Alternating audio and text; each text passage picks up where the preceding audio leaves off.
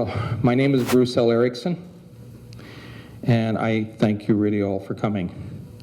What I'm going to share with you tonight is a culmination of about, actually, say in some of the papers about 28, but it's actually about 33 years of work. Started out with critical information systems, working with astronaut Gordon Cooper and one of the senior advisors to the Canadian government, Dr. Christian Delot. And the objective tonight is to address the issues of changing times, but changing times in from a really broad perspective, and that takes into account a lot of areas that you don't hear discussed in the media or addressed adequately in terms of what I've seen in articles and on the press and on TV and what have you. I started giving this particular talk in Sweden, in Stockholm, in December. And then thanks to the request received from the university here at Santa Barbara, addressing the global students at the Global Studies program, looking into their future. And nothing's more scary than a student graduating from a university right now with a bachelor's, master's, or a PhD and go, but there's nothing to step off to when I leave the edge. And you can see that in their face. But I'm trying to give them hope and opportunities and think creatively and address the situations I also counsel students. First of all, what I've advised people in this day and age is that there's one talent that all of you in this audience, if you don't honor it right now, you're going to need to. And I say this to students as well, and that's the powers of discernment and the use of your own intuition. Because regardless of what anybody says, any pundits, articles in magazines, documentaries you see out there, nobody knows really what the future holds. They can all make a guess. You can listen to channeling, you can read New Age magazines, you can listen to, I prefer Bill Moyer rather than Fox News, but however, it still is uncertain territory. And I'm going to digress a little bit with you and say we've always been in changing times. We have always had to face a different reality. And let's just allow a little fantasy for a moment. Let's say I could teleport all of you back to 1890. We're in Santa Barbara, and you've gathered, in this audience to wonder who this person is that is going to talk about what's coming. You probably arrived on a horse, you probably arrived in a buggy, or you walked, or what have you. And if I stood in front of the audience and said, well, in 10 years or 15 years' time, man will fly. The women, you'll have a machine that'll wash your clothes. A telephone will come, you can call your neighbors. And there'll be a disc which you can play, and you'll hear music. I would be laughed off the stage in 2 seconds flat. But the one interesting point, and for those of you who read history a lot, is almost everything we're going through right now, with a few additions, is a very similar circumstances that existed almost 120 years ago. We faced an unbelievably radical change, incredible innovation. In fact, all the innovations, for the most part, that you're enjoying right now and take for granted, including your iPhone, was actually conceived in the 20 years after 1890. In 1906, the picture phone was a vanity mirror a woman held up. It was a cover story in Electrical Experimenter magazine. The internet was not conceived by DARPA 40 years ago. It was conceived by a Belgium in the late 1890s, and with a very smart vision of it too that parallels what we're having today. Spiritual movements emerged very strongly. Leaders in consciousness and thinking that we ride on the backbone to this very day. They came forth at that time. So if you were to live back in that time, you couldn't have envisioned your future in 1890. You couldn't have, because you would have seen such radical change. And fundamental change, actually, more than that we're experiencing now. I'm going to take you through about 12 steps here. And we call it the sacred wheel of community because that's where we all live. Regardless of the change that we're all faced with, and whatever happens in the future, we'll be living in community. We have for thousands of years, and I'm pretty sure that's one thing we'll count on. It will count for a long time to come. So what I'm going to do is I'm going to address kind of problems, and solutions. And the whole idea of this talk in this evening is just to provoke some thought and some thinking. At the top here, I've got healer, teacher, students. Well, it's just right at the crest coming up. Is that one thing we all are, is that we're all teachers and students throughout our life. School doesn't end when we left college or university. School has never ended, really. And invariably, we're doing something and we're teaching somebody else. No matter if it's a new recipe in the kitchen, or if it's fixing a car, or what have you. We have roles that are innate in our entire life. If you stop and think about it, we're constantly sharing information with each other. In the process of our communities where we live, is the fact is that they're like a living school system. They exist and they will continue to exist. And it's important to really honor that fact, because in the winds of change that'll take its place, it's one thing that we can really count on. And I mean that most clearly. It's interesting when I've lectured and I've done town hall meetings in several states and actually overseas, and I get a whole group of students and I say, okay, what would you like to have? What do you really need? And they all say to me, they said, pretty universally, they said, we'd like mentors. We don't have access to the people, okay, who have I have a particular interest in photography, I have a particular interest in physics, or I have a particular interest in architecture, everything else. I don't have access to those people. You know, my teachers are good, and our counselors and everything else, but I would like to learn and get to know somebody who's really worked in that field. And it's interesting, the state of North Carolina actually embraced that, and they developed quite a mentors program. So I'm urging all of you here is that the fact is that you all have gifts, you all have talents, and I hope you adopt, or let's say, honor them by passing along to someone from the younger generation, because they are there to learn from you, believe me. I have plenty of students calling me, that's for sure. Okay, mind, body, and spirit.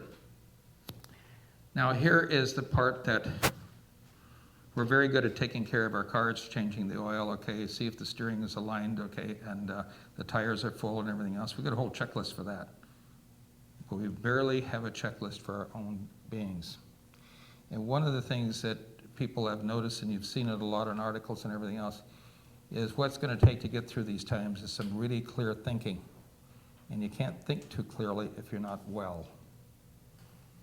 And the attention you give to your own mind and body and spirit will pay the best dividend of anything you could possibly invest in.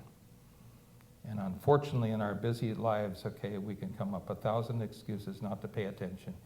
But do you realize what created you? It was an incredible divine spark of someone out in creation, whatever name you want to give it. But all of us are a living miracle of being here, every one of us. But we don't take much time to honor that. And it is very critical for these times. You stop and think, well, let's go back to the 1890s for a second. The human body was subjected to a lot of influences, but not near as much as it is right now. You know, it never dealt with radio frequencies. Toxicity was, yeah, there was a certain amount of it, but not to the extent you have now. You didn't have all the things that were, you know, usually stressing people endlessly, calls, communications, or demands on our time. But now we're living through that, and all these factors are contributing, okay, to that, I should say, dissonance in the well-being of our body, mind, and spirit. I want to say something here too, is that there's a lot of controversy right now going about health and healthcare. and a lot of expenses that people are afraid of. What's it going to happen? I had a friend recently who had a blood clot on the brain, and they're facing several $100,000 worth of bills, and it's extremely unfortunate. They just don't have really the adequate insurance to cover it. It's staggering. The largest contributor to bankruptcy factor in America is because of health costs. That is about 60-65% of the cause of bankruptcies in America. If somebody has a more precise figure than that, I'd be glad to hear it. However, in that horizon, in that crisis we're going through, I'm feeling that we're going to develop a whole new health paradigm, and one with a lot more common sense than some of that we see today. There was some pioneering work done many years ago by Hazel Parcells, followed on by Dimensions 33 in Australia and a number of other groups. Dr. Tom Rook back there in the corner could probably add a few more names to this, where they just took people simply and they said, what's your acid-alkaline balance? You know, what kind of diet you have, what exercise. There's a list of about 7 or 8 of the items. I could actually, if anybody wants a list, I can provide it for them. These simple steps that you do, which most people don't, is the fact will make an astounding difference in your health. In fact, the statistics that I've seen, about 90% of even some serious illnesses go away, but we don't practice that maintenance. However, as I said earlier, we do it for our cars very well. We got a whole checklist for that.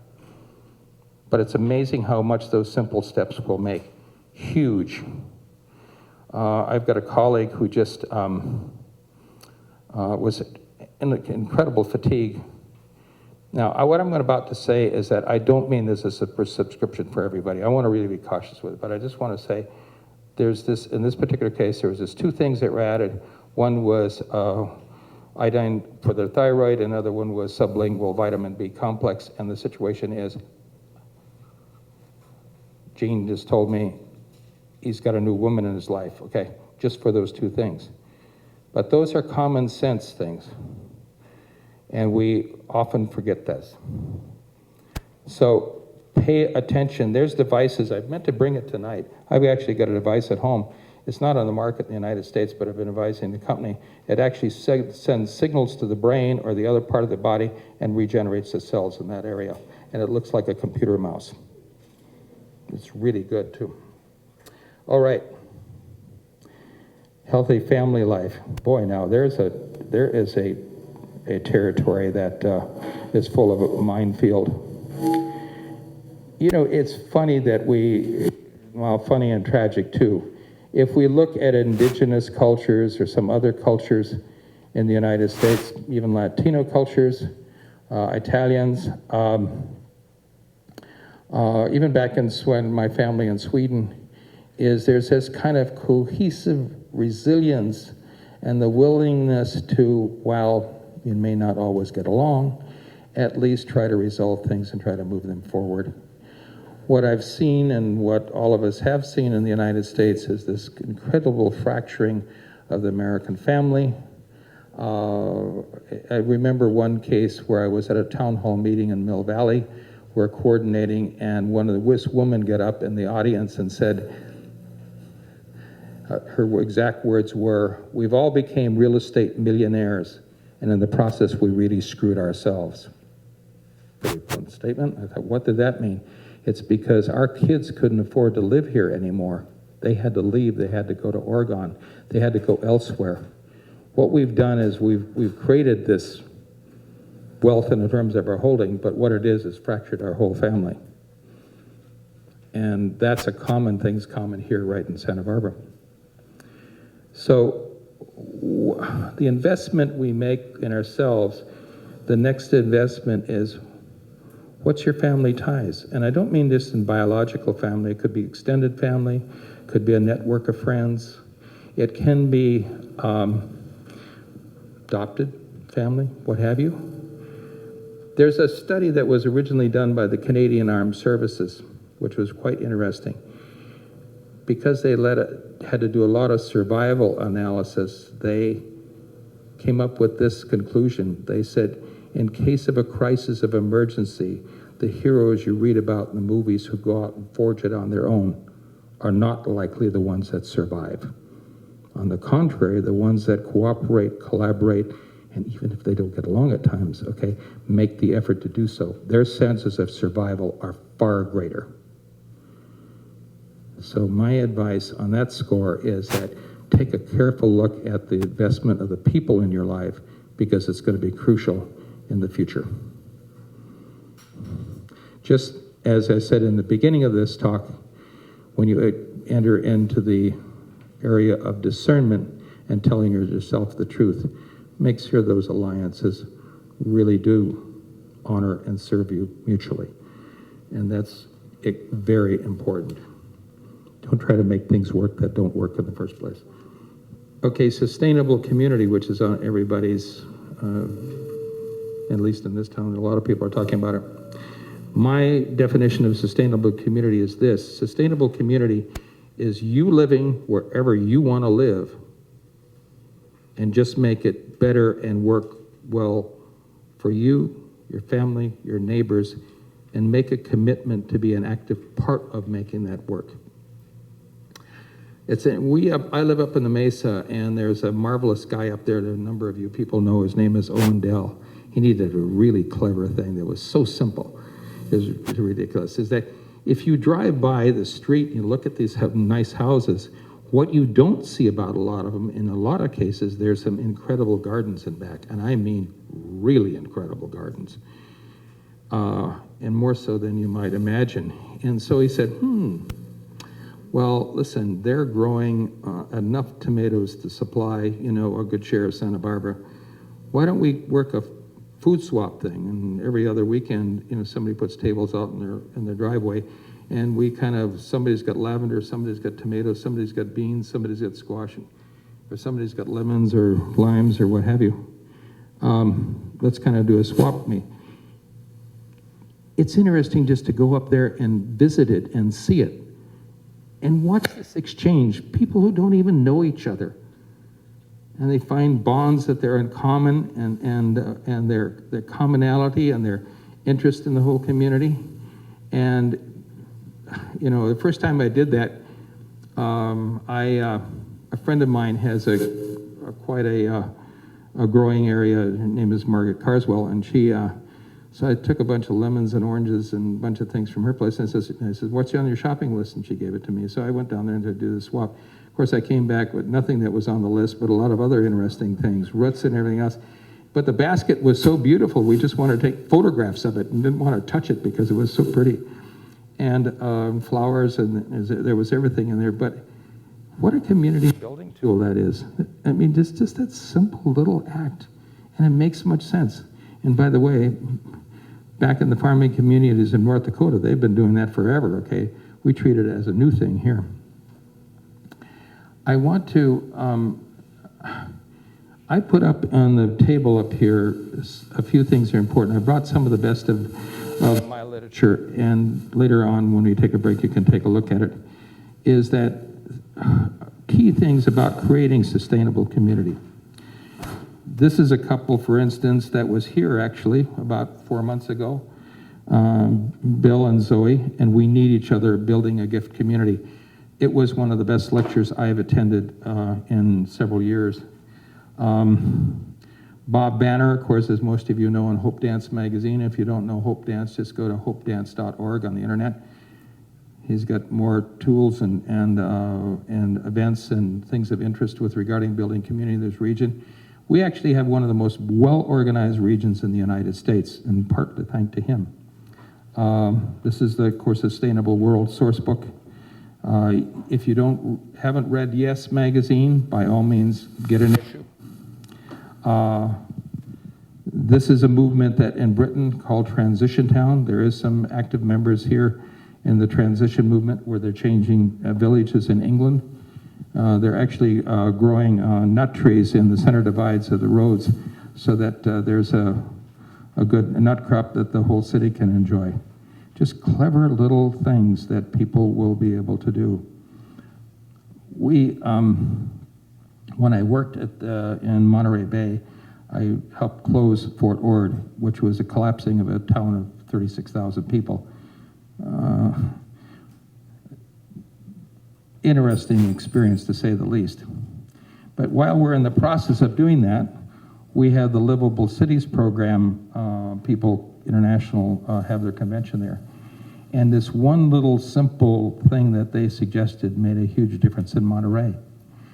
They said, why don't you just put raised bed gardens, in public spaces, so that even the handicapped can take care of the gardens.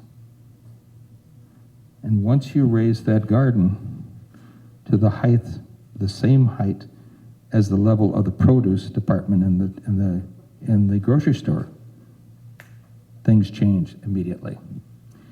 And I just tell people the only difference between that raised beds garden and lazy acres is the fact is that food is still in the soil, and that's getting sprayed by cold water from up above. That little thing makes a total difference, that move.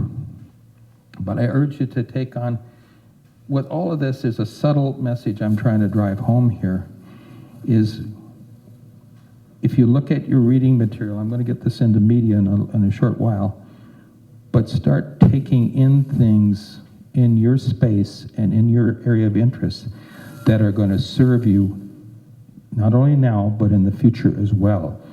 Enrich your diet with things that work. Next thing is healer as an artist. I wish I could show you the poster, and you'll have to just envision my visualization of this.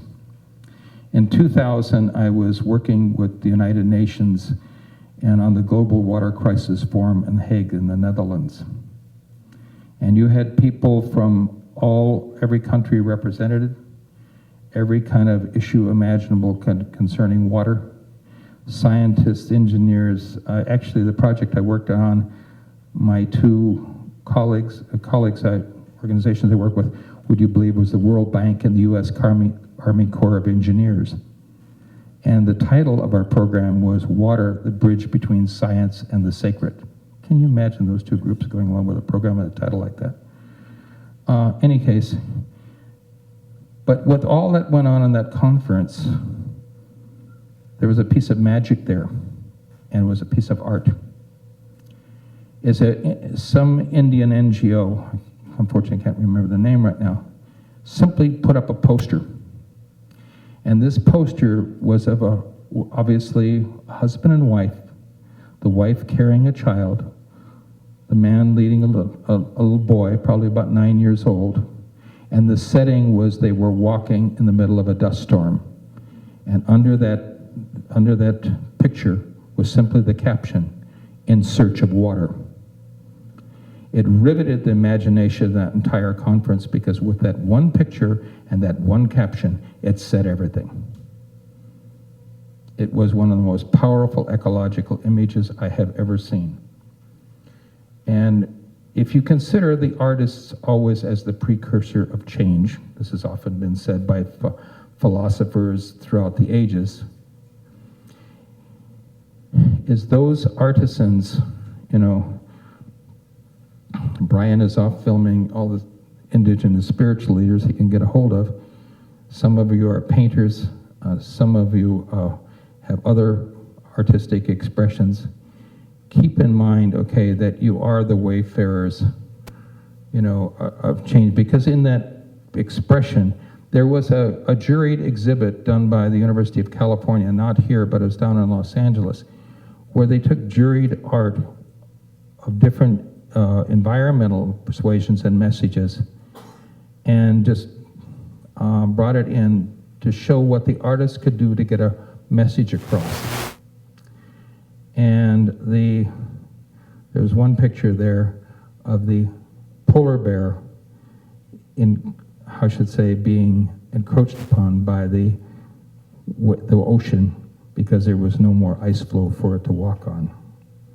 Kind of haunting, actually, and very true. So the thing is that what we need to do is pay attention as artists. What is the artist they're saying as to where we're going? All right, and the next step in this charter right here, I think in your paper, down in my notes here, I got healthy media. Down here, I got honest media. Almost an oxymoron right now. But what I find a little disturbing, and I think is the fact is that we've a steady diet of, well, let me back up a moment. When I lecture to classes, I say, have you ever walked across in front of a newsstand and ever saw a positive news, a caption and on a newspaper ever in your entire life? Or walked across and said, looked at all the different newspapers, and has anyone ever said, fabulous day, great time, you know, we're all been blessed? You never have. It's always been negative news. Some years ago, a representative from the Pulitzer family was getting an award from the Commonwealth Foundation in San Francisco.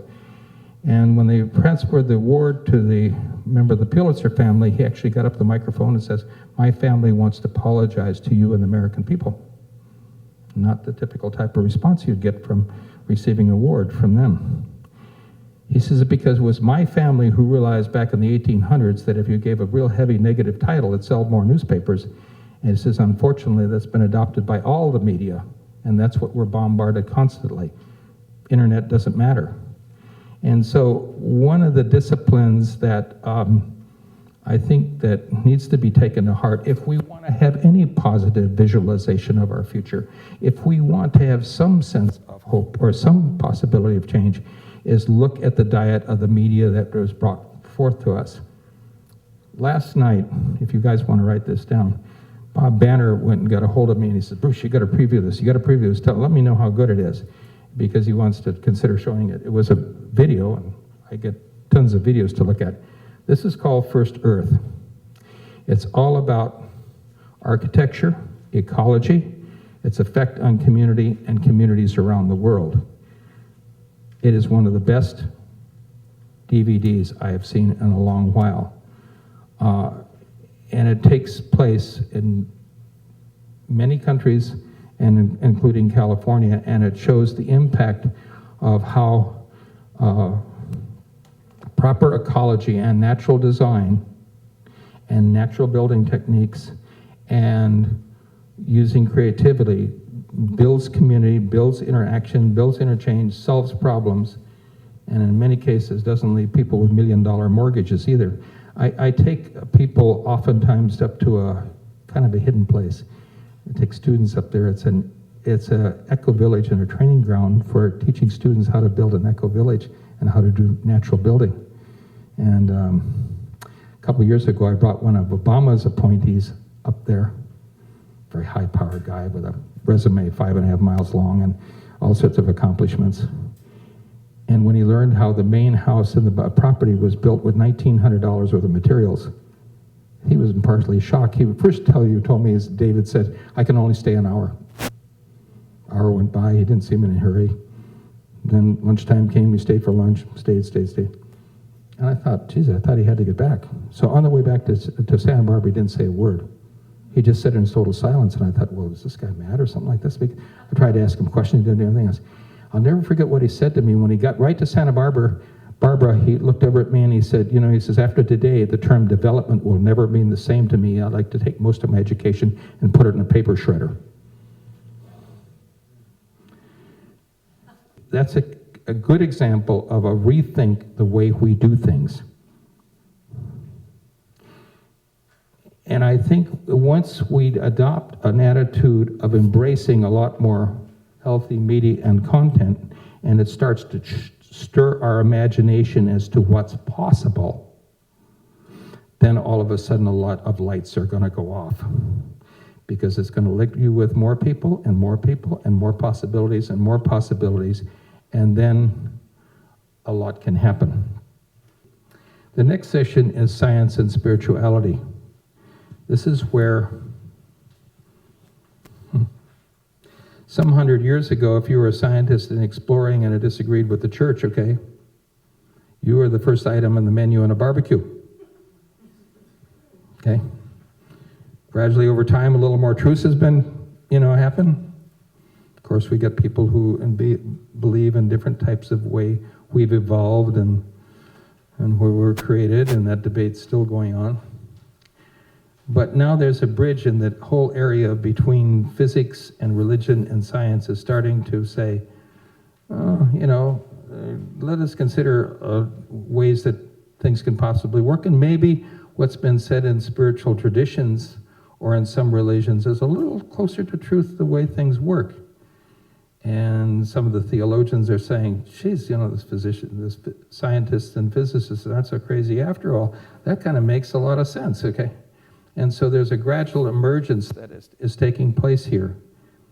But it's also unfolding the real mystery of who we are, because if you start to take a look at physics and you realize how much space there is between particles, all we are is a consciousness that in its divine presence is figured out a way we can manifest a reality with the strength of our own consciousness or thought. And I think this is what eventually become the conclusion to things. But for the right now, we're sitting in this auditorium and with friends.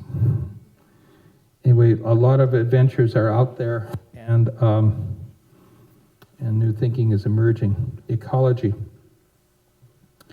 This is important, an aspect in this greater wheel of community, because I like this part because this is where a real strength interplays here in Santa Barbara. We are one of the capitals of permaculture education. If it's Quail Springs Lodge, or if it's the Santa Barbara City College, or the efforts of discussions out at the university, there's discussions all over. And this is a movement that is huge. It is actually permaculture, I think, in my estimation, is the fastest and largest growing educational movement in the world. You don't hear news about it, hardly any stories, but the amount of people that are involved in it is enormous. And within permaculture is the design systems, the information, the science, the practical knowledge that I think is going to hold the keys to vast restoration and vast ideas that will help restore a lot of the damage that has done to the earth.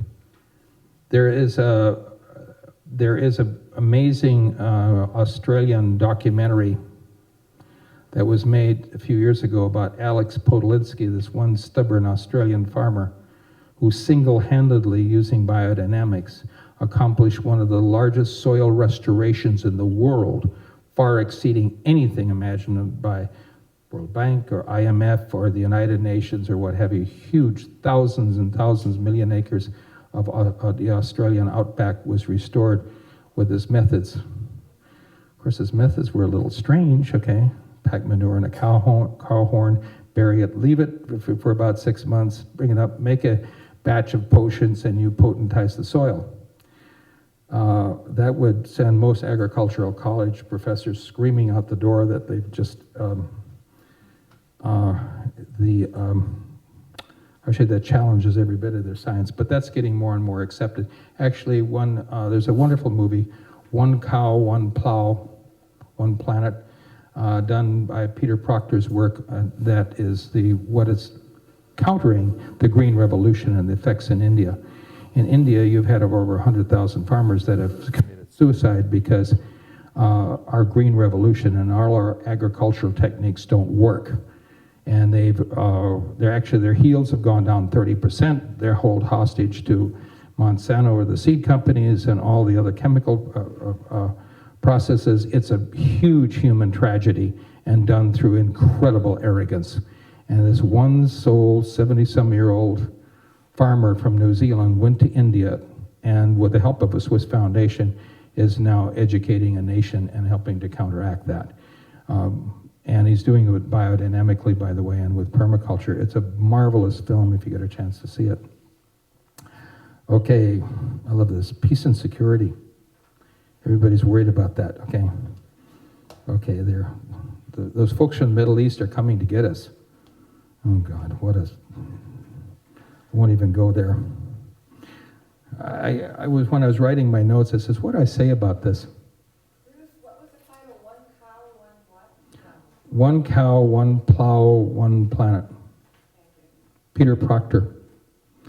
On my flyer, you have my email address and my website. If I say anything in the course of this lecture and you go like, what did he say? What was this reference?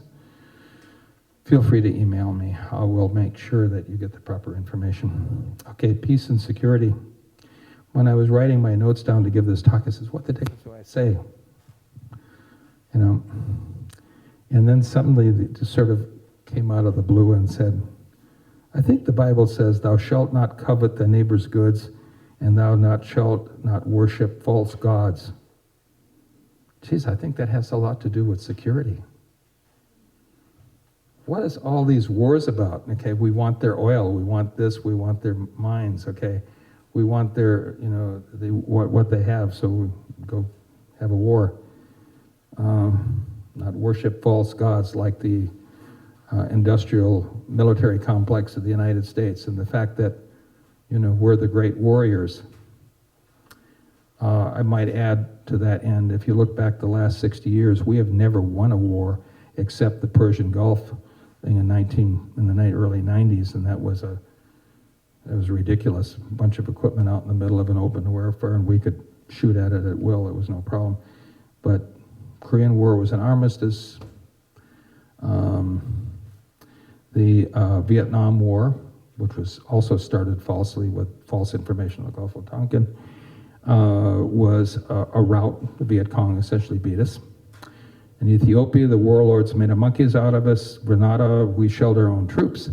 And the list goes on and on. So with all this might, power, and determination, Iraq and Afghanistan are not going to go down well. And the people there know well, the only reason we're in Iraq is because of the oil. Afghanistan, I know quite what we were there for. I worked with the Japanese many years ago, and they had a much better take on what happens in Southeast Asia and that region of the world. And he says, you got to look back in history as if they were warring there for a long time and nobody's been able to solve the problem. Why are you there? Do you think you're going to be able to solve it? You don't have the skills or the understanding to do so. And I have to tend to agree with them. There's a couple of things I think that should be mandatory in American education for peace and security. One is Marshall Rosenberg's classes on conflict resolution ought to be standard for any degree. And the other thing is a wonderful course, and I've seen young students take it, I've seen much older, is a citizens emergency response training. In other words, if you really have a crisis, a tornado, an earthquake, a hurricane, a major fire, and everything else, what can you do to be effective to make sure that your community survives? It's an interesting, I took the training here in Santa Barbara, and there was an interesting fact that on any given night or day, there's only 21 firemen on duty, about 3 ambulances, and if there were a major disaster here, it would take at least 3 days to get to you, regardless how many phone calls you make. What was interesting in terms of peace and security, heretofore we've left that to the police department, emergency services, or fire departments, what have you. But as the earthquake and tsunami in Japan have shown, and in other disasters area, it's increasingly dependent on the civilian population to take a role in that. But a really interesting anecdote about the situation in Japan, when everything collapsed and they were trying to analyze block by block what happened and the survivors and everything else, the amount of traffic over the internet and support was astounding.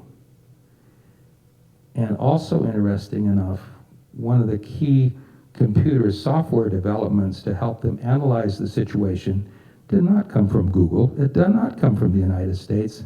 It came from a group in Kenya who had a lot of experience about counting elephants and natural disasters with wild animals.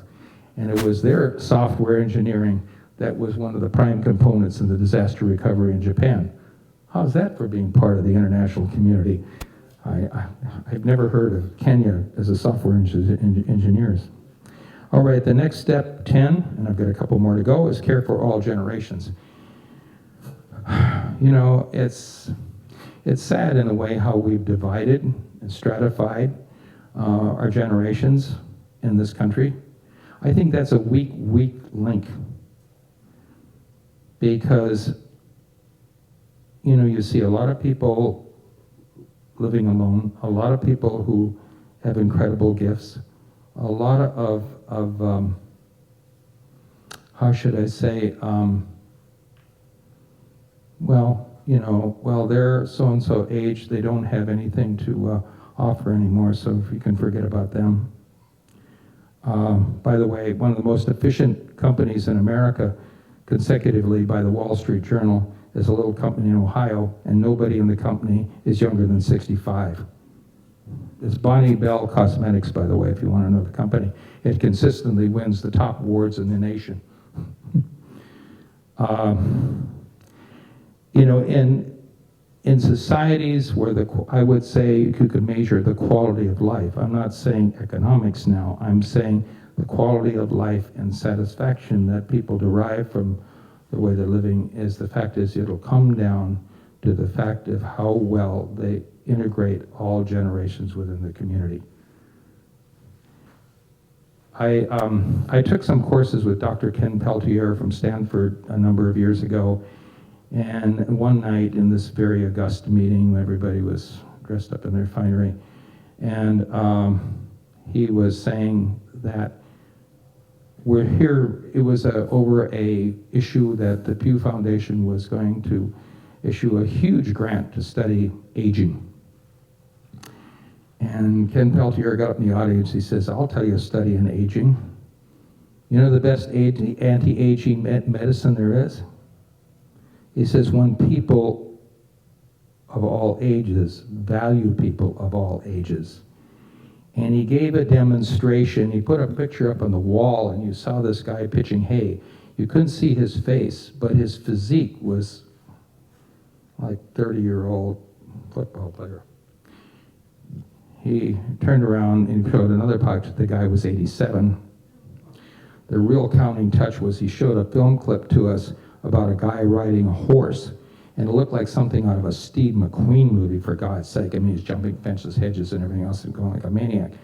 And he said, well, this guy, he's 90 years old, and by the way, he's going on to his mother's birthday party.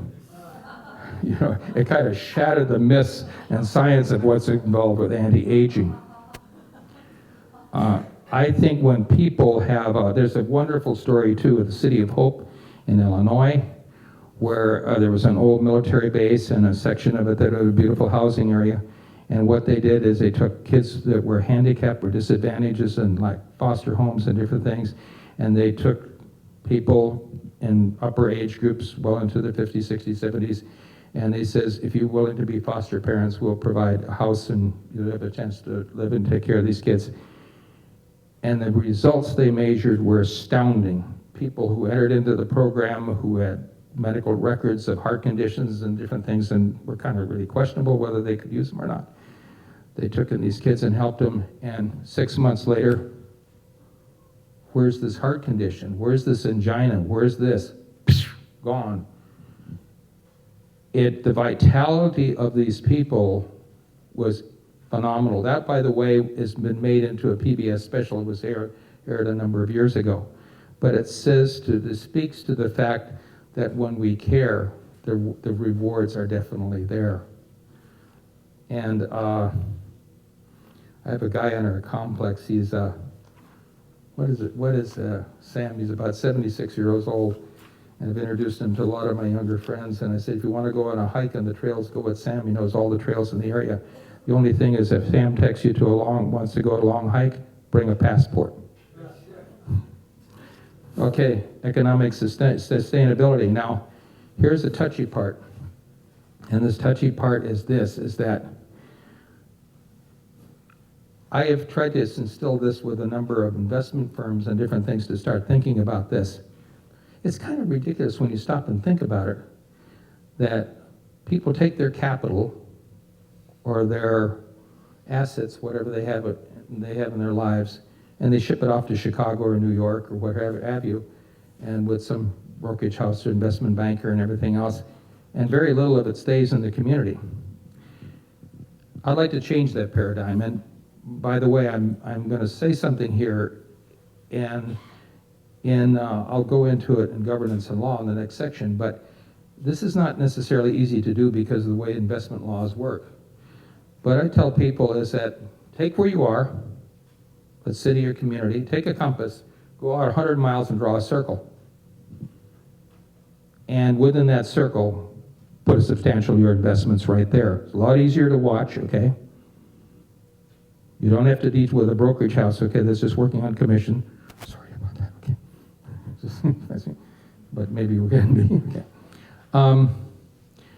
But if you invest in the local area, what does that return to the community? One, those investments may be needed to create new jobs, new opportunities, everything else. You're helping to instill the vitality of that community. Your payback is not just only on the dividends. The payback is in the fact is that to all the unseen people that make the quality of life, okay, that you enjoy here. Now, we're very fortunate to live in Santa Barbara, but we don't have a clue about how many different people of various walks and lives that unseen and we'll never know that make life here possible, whether it's fixing the roads, supplying the water systems, driving a bus, you know, the list is endless. And without those folks, if they were all to disappear, okay, our quality of life would change dramatically very fast. And so what we need to more and more look, in fact, there's a chain of food stores in Kansas now that they'll only take in from suppliers within a 100-mile radius because they want to ensure the quality of the food that they're having in their stores. I, for a while, was a consultant to the chairman of the board of Odwalla Juice Company. At the time, it was the largest natural juice company of America. And even in the mid-90s, we saw a crisis coming in America where Americans would no longer trust their food supplies. They were increasingly concerned about it. And when that shift starts to happen, the situation is, in truth, Santa Barbara County can grow just about anything that you'd want. Maybe not macadamia nuts, okay? Darn it, okay? But just about everything else. Medicinal herbs, you know, whatever have you. So what I'm suggesting here is take a different look at whatever investment portfolio you have. Actually, it's really funny. There's some companies right here in Santa Barbara, tech companies that deal a lot with infrastructure technology. They're doing fine. They're hiring, everything else. You don't hear about any layoffs, everything else. I know some friends that actually work at the companies. They go like, I don't know what everybody else's problem was. We're doing fine, you know. So take a good look there. Now, I saved the most challenging one for last because recently here in town we had the Center for Sustainable Economics and Law gave a forum here, and I was in attendance to that meeting.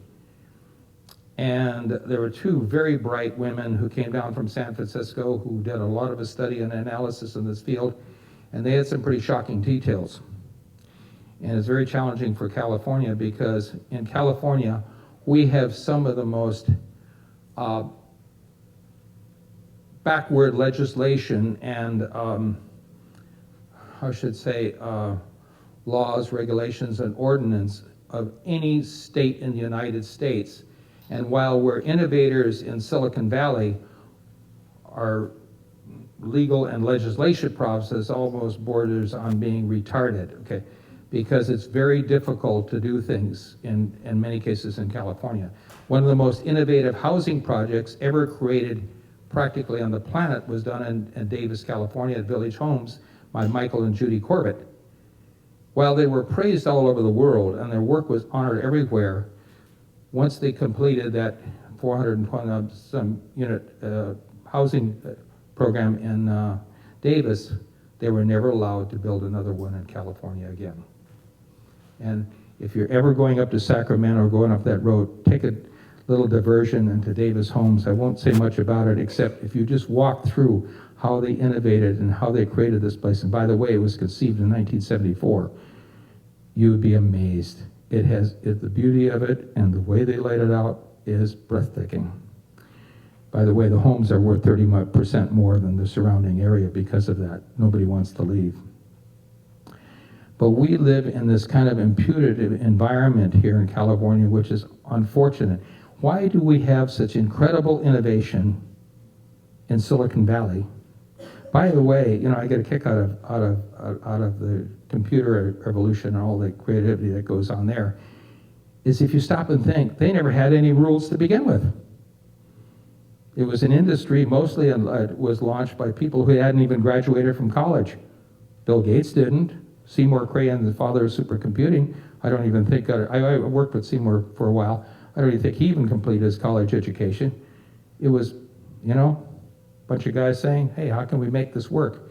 There was no peerage system, there wasn't any rules, there wasn't any ordinances or anything else, and their creativity went wild. Can you imagine what the computer industry would be like if they had to pass everything through the Santa Barbara City permitting department? Can you imagine what it would be? We'd be having the hand crank on the cash register still. However, there's another side to that innovation which also leads us into law. While all that propagated, there was another phenomenon that took place, and I think it's going to help change the legal system. And that change is this: that after all that growth, they realized they have to talk to each other. My signal has to meet Richard's, it has to reach Cat's. There has to be this interchange and connectivity. All of a sudden, standards were made, but they were made amongst the group of people that were really working in the field, and they had to be very ecumenical about it.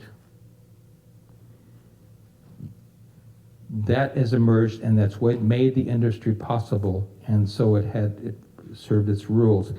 Now, another thing, a takeoff from that is what's happened in Europe, what they call ISO standards. In other words, if you're going to produce a product, there is a criteria by which you meet the quality standards that another country or another buyer will accept, and it has to meet those particular standards. There's all sorts, what is titled systems conditions. And Leif Edmondson, the father of intellectual capital, said to me one day, he said, Bruce, he says, maybe the 10 Commandments could have been considered systems conditions. It wasn't absolute laws, it's what you went on to try to achieve. Sweden's environmental model, the natural step, is based on that. And all types of persuasions, architecture, its lead standards, is quietly they have moved forward, and I think this is eventually going to influence the legal and regulatory bodies, because already, and let's go back to laws and ordinances and permitting processes, all of a sudden cities are saying, wait a second, we're getting bombarded by this leads business. Maybe we need to adopt what they have set up as a proper criteria for engineering and making a building, instead of us dealing with rules and regulations that are 50 or 100 years old and are no longer appropriate. So law and governance, and unfortunately with law and governance, there's another aspect of it too. As you've often heard from attorneys and everything else, we're dealing with a broken system. And in laws and regulations, it's going to require a really great rethink. There's a lawyer in town here, his name is Douglas Gillies, who said to me one thing that was very profound. He said, Bruce, it doesn't matter whether you're right or wrong, guilty or not guilty, okay, or justice is being served, it all boils down to how well you argue the case. And that's truly unfortunate. And unfortunate, regulation comes through Washington, and there's tons of lawyers to figure out how they can circumvent it. It's an endless chase that's going on. So with courage and conviction and understanding and some real good foresight and looking for ideas that work, looking for different role models, as my thoughts here is that all over the planet there are great points of light emerging everywhere. It's important to connect those points of light, because our future and the challenges we face and the changes we face are going to count on it, okay? And with that, thank you for being here.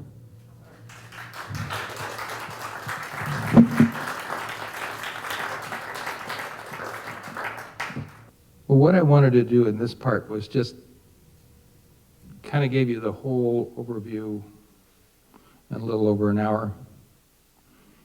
And what I wanted to focus on is any area that you have particular interest in and I can expand upon, or any questions that you may have. I just want you to fire away.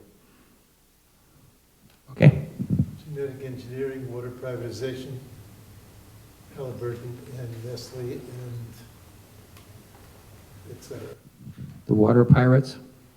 I got to tell you a funny little story about that. When I went to The Hague in 2000, I also had press credentials, and I was doing interviews for American radio from The Hague. So it gave me a list of names that the normal attendees didn't see, okay? And so I'm scanning it down, and I'm flipping pages and everything else, and I was absolutely astounded to see that the venture capital firms of Sand Hill Road up in Silicon Valley were there en masse, okay? Because, hey, .com went down, but boy, privatization of water, hey, that's a real great opportunity. And at one point in one of my interviews, I said, when people think about privatization of water and use water for that purpose, is they forgot to look into the history of the Winchester and why it was invented.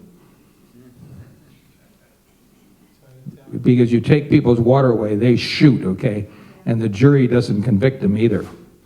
And what happened, the two young people that set off the whole thing in Paraguay years ago when the fight with Bechtel, Bolivia, excuse me. Actually, the sister of the guy that really started that came to my water conference in 2003.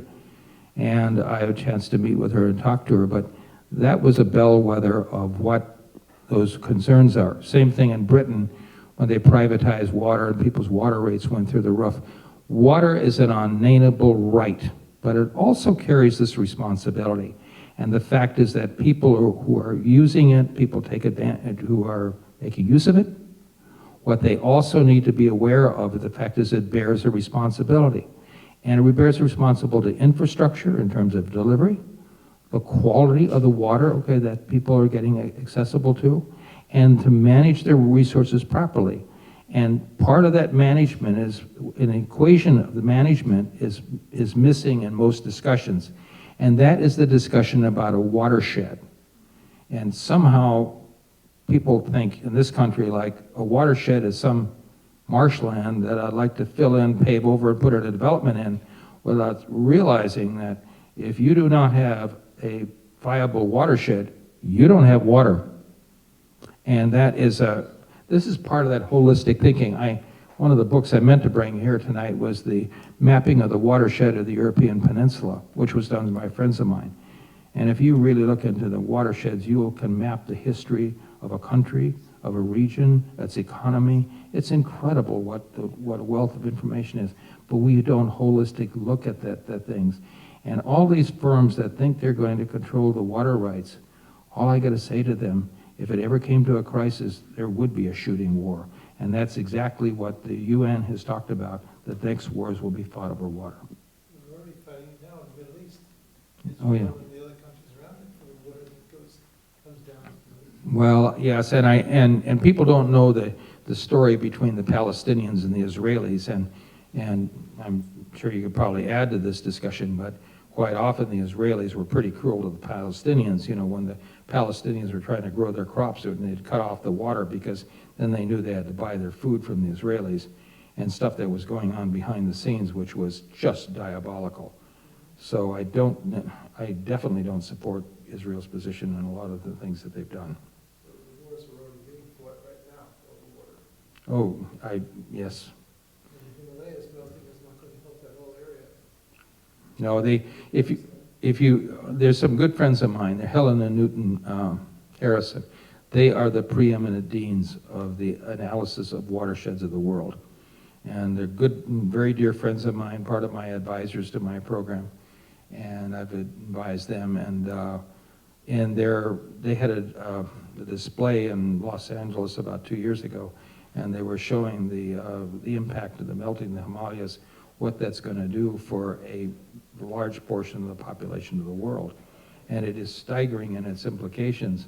The melting of the watersheds or the lack of snowpack in the Himalayas will change the face of Southeast Asia.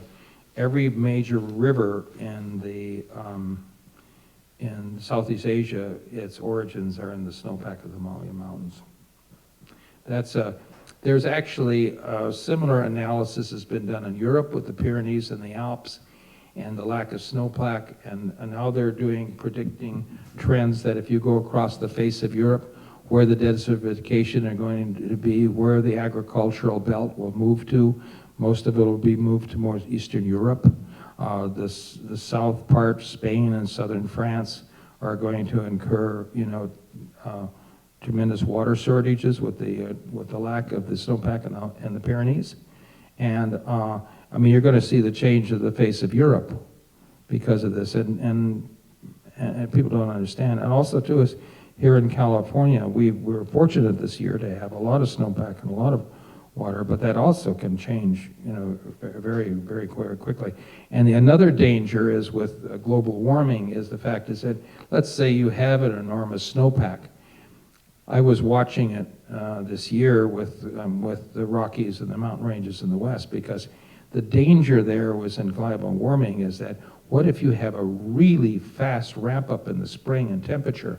You can have runoffs and flooding on a massive scale you couldn't imagine. And if you're ever up and been through that, I get the name of it wrong, the Hetch-Ketchy, help me out here. I know exactly where you're going. Yeah, if you go up there and you could see how vulnerable that whole region is. I mean, wow, you could have all you'd need is a couple of dams break, and surf would definitely be up.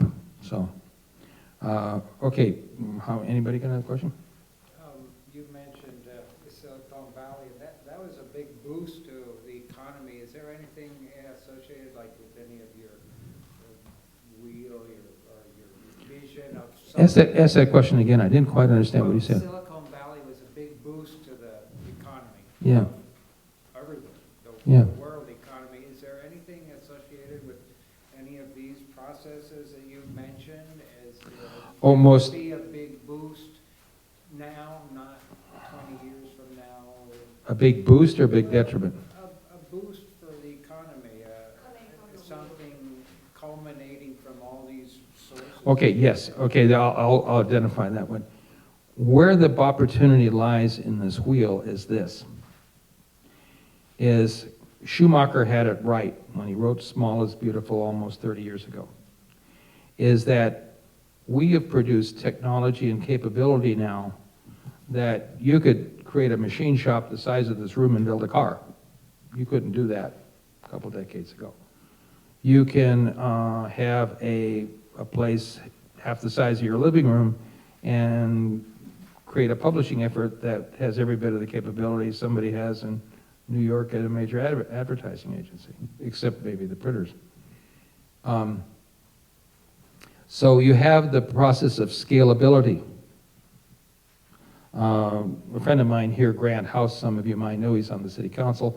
He has that marvelous little sewing machine shop next to the Sojourner, and I go in and pester Grant every once in a while because I want him to write an article. Can you picture the power of the sewing machine? Can you imagine? In LA Times just recently, they were talking about they're pulling back more and more garment production away from Southeast Asia, pulling it back in Los Angeles because they could have higher quality control. And so what, if they have to pay $1 or $2 more for a dress, they can actually control the whole process of manufacturing but much better. And there's a marvelous book, what is it called? California Designing? I think it's California Designing, that shows monitor the crafts industry, for instance, and crafts have exploded all over North America. and you see people with their sewing machines and stuff, tremendous design talent. I mean, there is women and men out there who produce fashions and creatives and fabric designs that can rival any fashion house in the world. It's just that they don't have the name to go along with it.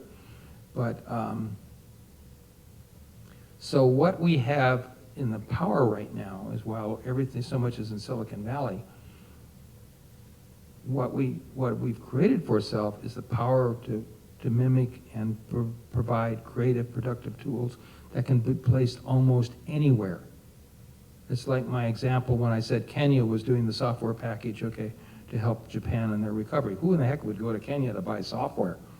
No, I don't think so. I mean, you know, they got an Institute for Advanced Physics now in Johannesburg. You know, they went out and got all these students around Africa who shouldn't be able to know how to do physics. Well, I'm sorry, they were really good at it. But I think the beauty of it in terms of community, when we start to think and plan a little bit better, we'll know the capability and tap into the creativity in that region and in our communities, and we'll see an explosion of creativity that's unbelievable. By that 100-mile radius. Yeah, by that 100-mile radius. Because we can, I'm watching these guys here in town, and maybe some of you know who they are. They have this little think tank about building electric cars and everything else, and every time at Earth Day they come along and they got new examples. Well, you see their fabrication techniques, and they're really sharp. I mean, I was really impressed by what they've done over a few period of years. Kat, you know who these guys are? I can't think of their names right offhand. But they're building all sorts of electrical vehicles and very innovative designs and stuff. And you know, I'm sure they're not building Lexus, but you know, it wouldn't take much, and they could produce a really capable little dune buggy. That'd be a heck of a lot more fun than a Lexus. Yeah, that's the ability. We have this incredible scalability now. Wired Magazine did a wonderful story, I think it was in February, on prototyping shops, and where people have these elaborate machine tools, and you go in there and you kind of rent some space for a little while or use them on an hourly basis. I'm not exactly sure how the economics work, but you can go in there, and if you want to do an engine block for a car, hey, no problem. Okay, we got it there, it'll do it. And it's almost similar to, if you go to Grant's place, and these sewing machines. He's Huh? He's closing it. What? Yeah. Why? He wants to get into, he's really interested in doing work in Africa or someplace like that. And he's closing it. I think everything's up on sale now. God, if I had a toddler, I'd start crying because I really admire the guy a lot in many ways. I gotta go have a conversation with him. He didn't say that the other day when I was talking to him. Sorry. It's been in the news. Oh, it's been in the news? Oh, I didn't know that. Anyway, these prototyping shops, and a little, back to Grant, if you go in there and you want to do certain things with fabrics, you can get all these advanced programs, and you just feed them into the sewing machine, and it'll make any kind of stitch pattern, whatever you want. Well, the same is true with these prototyping shops, though. You get programs, and you can get patterns, and then you just turn it over to the automated machine tools, and it makes them. But it's on a scale that's making it a lot more accessible locally. There's a wonderful book. I didn't bring it along with me here. I couldn't locate it in my library for today. It's called Natural Step for Communities. And what it does is show a number of examples that they've done in Scandinavia. Marvelous, marvelous stuff. That a community will focus on a few things and do it exceptionally well. And they are so incredible at it. They have no problem with markets. In fact, if you go to, World Market? What's the one on State Street by the Metro 4? Karpeles World Market. And you go in there and get those super addictive ginger cookies. You know, that whole thing is made by 29 people, and they export that all over the world. And I swear they spike it with something, because if you ever eat them, you'll never, you never forget them. But there's all these little industries in Scandinavia, and they've got global market. The one funny one was in Gotland. They said, all we do here is grow carrots. What are we going to do with carrots? And then somebody says, well, people really like carrot cake. And would you believe they're shipping their carrot cake now to Hong Kong? It is now a major growth industry in Gotland. I'm supposed to go there, do a lecture on that. And what they're doing is carrot cake, you know? And I thought, geez, you don't have to worry about planned obsolescence here or spare parts or anything else. You just make the cake and ship it and collect the check. Hey, that's a winner. There's hundreds and hundreds of these examples all over the place. I was up in Maine doing research up in Maine. I've been up in Cortes Island. I've been to all these different places. And it's surprising the creativity that people can do. And you know the interesting part about it is you go to these communities in Maine and where they do things totally exquisitely, like build these old wooden boats. I mean, they are works of art, and their passion and their pride and their craftsmanship go into it. And you say, well, gee, that's kind of out of date. I mean, I wonder, you know, isn't it kind of risky economically? Might not have a job next season. And then you look at their order book, and they've booked about 5 years in advance, thank you. You know, they've got a problem with keeping the customers away, not worry about if they got to work next season. I've seen so much of these little endeavors. There's a wonderful other book that's from the slow food movement. It's all about artisan cheese. Small family farms that develop particular cheese-making techniques. These make small batches. It's not a big thing. But in almost every one of these cases is exactly the same thing. They sell every bloody thing they can make. And they usually have demand for it. There's a woman who showed up here tonight, and I don't even remember her name because I'm trying to get an order out of her Friday, and I don't want to tell you guys who she is because I want to make sure I get that yogurt and yogurt milk, okay? Otherwise, the rest of you are going to probably grab it before I get it. But she does the most exquisite goat cheese you'll have in this county. And yogurt and milk and everything else. I mean, some things I do keep secrets on, okay? I'm sorry, folks. I have to, for my own sense of preservation.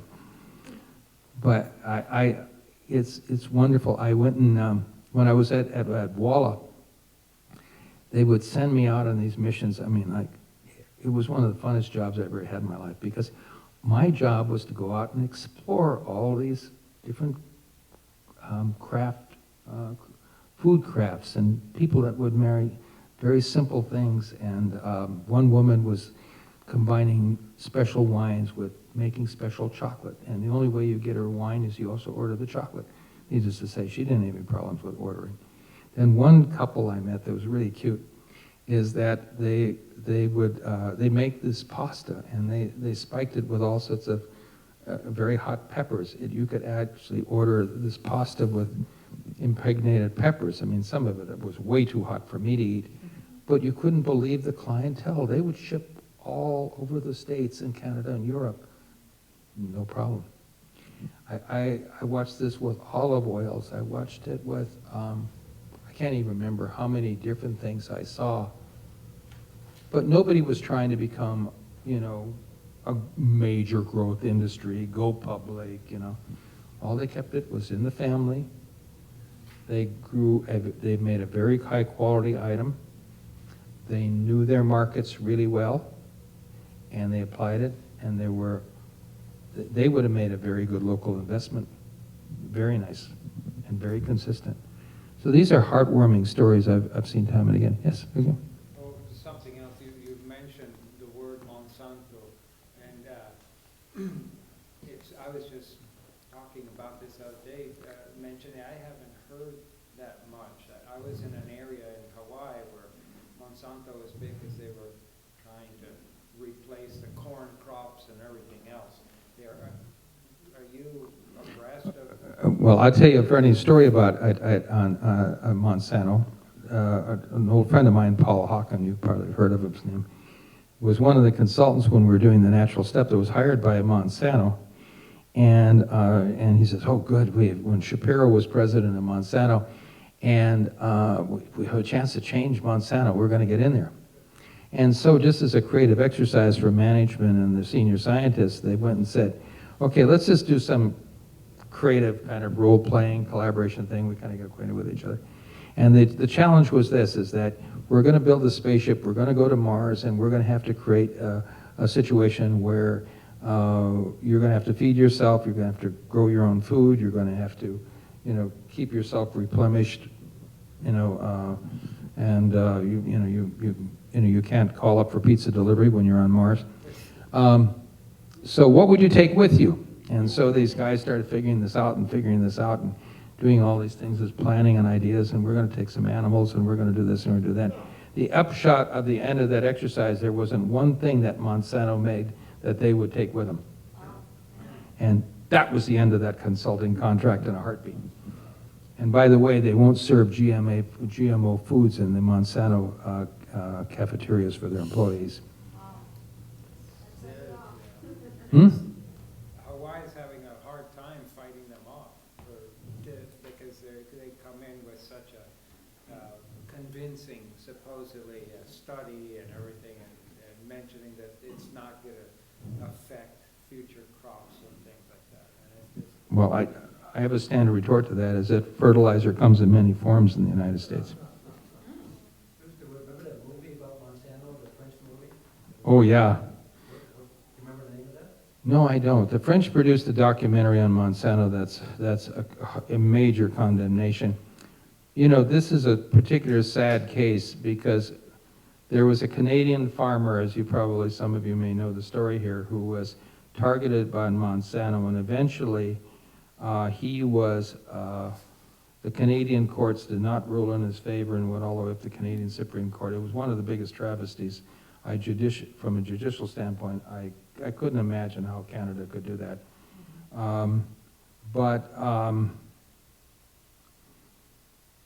They picked the wrong guy because he's become a credible vocal spokesman for awareness all over the world, and he's been giving speeches and everything else and about the way he was treated.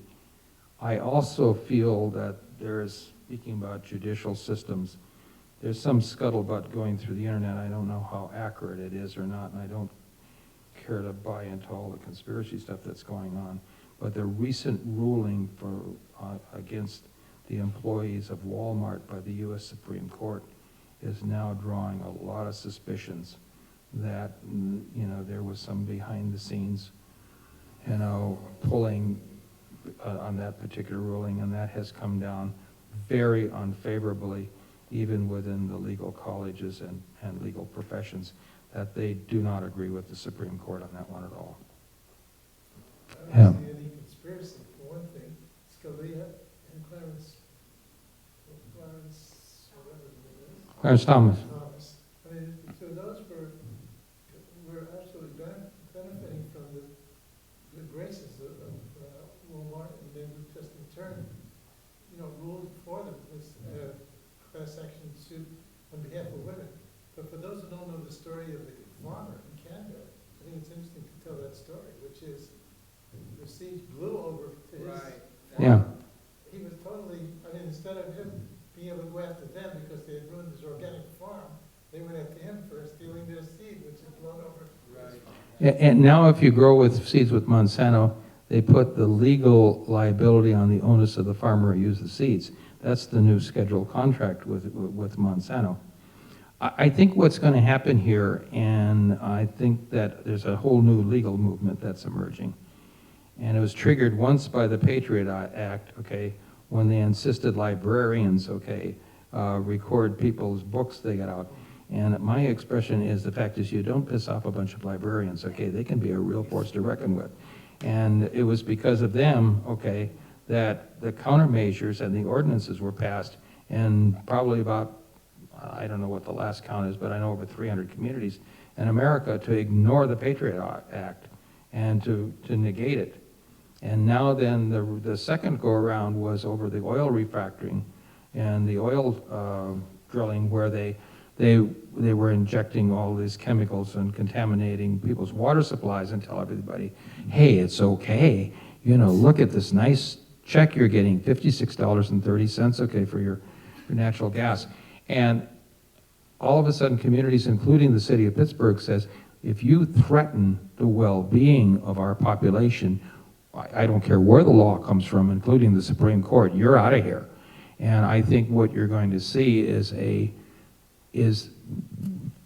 based on there's a whole study in international law that's come to bear on this question that do corporations or even the federal authority, even the Supreme Court have the right to encroach on people in such a way through the judiciary system that they're bringing into play things that are to the detriment of the health and well-being of the population and the nature and the ecology in the area.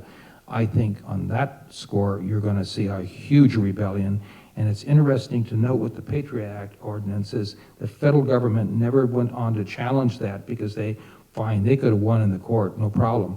But the public relations battle, they would have been devastated. And they've never challenged any of those ordinances.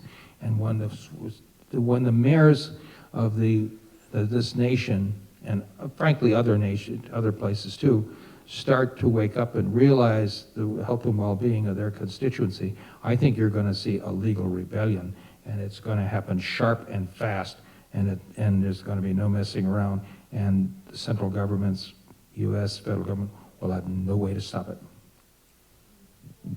My question is about the transition Mhm. from where we've been Mhm. to where you see us going, which is a very positive vision, I think. Mhm. What you're presenting is a pie that Mhm. we can all find a place and fit in.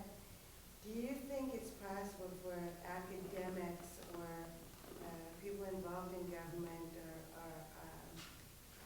presently organized systems Mhm. to slowly evolve into a better system? Or do you think it takes tsunamis of one sort or another to move us forward? Well, I think that it would be unfair for me to tar and feather all organizations. If you look at companies like Patagonia, Gore-Tex, I got my personal training initially from George Norris, who was the president of Control Data, who gave me one of my first steps in enlightenment when we hired a whole bunch, 120 people, minorities. And this is, what's the criteria? Do we know their resume or whatever they want to do? And this was his exact words. Now, we're talking about 1969, 68. He says, all I want you to do, Bruce, is look for the light in their eyes that they want to do something with their life.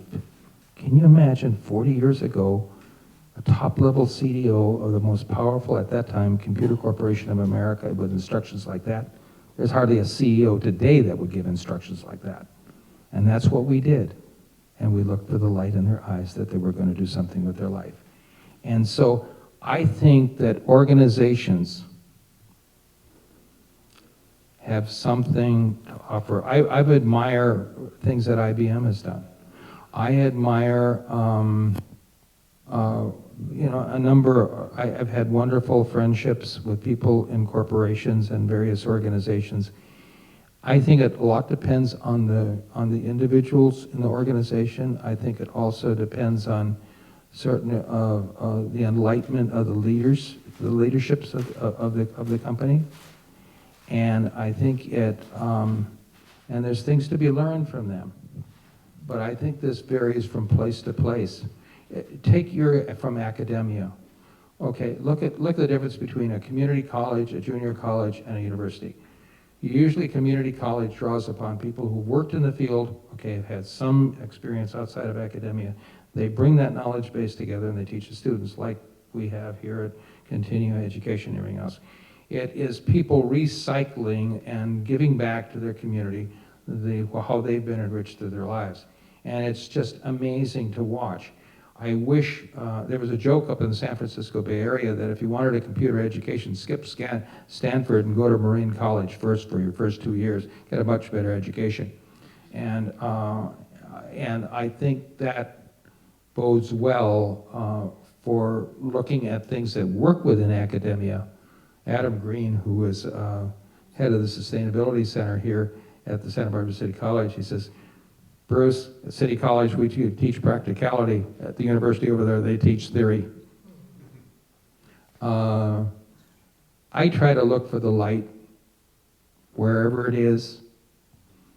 I learned a long trick. Is that if you want to change corporations, big organization, make friends with the director of training, because he or she has risen as high as they'll ever go on the corporation, and if they're very good, they do what they damn well please. And there's a wonderful man I learned a lot from. His name was Steve Gage.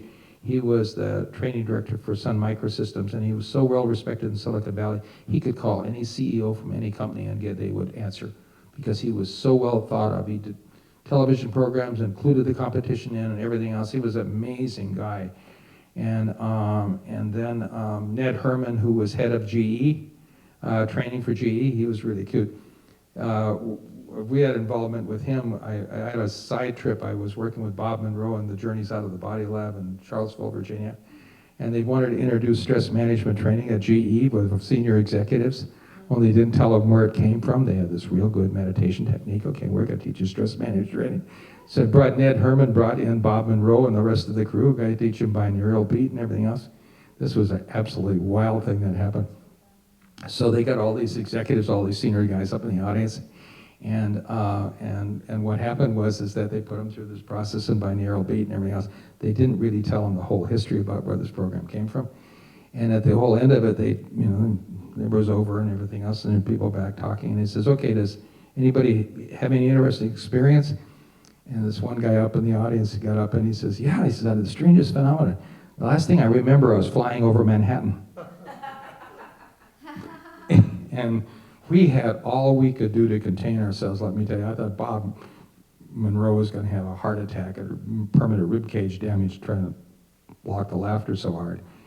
So, but what I notice about training directors is these people are incredible innovators. And they'll bring all sides of real cutting-edge stuff. And if they believe in something in sustainability, or they believe in something that they're really mission-driven, you see on the wheel, they'll get it in there somehow. They really will. So, anyway, so are we? I think we're pretty well. I have one more question for you. One more.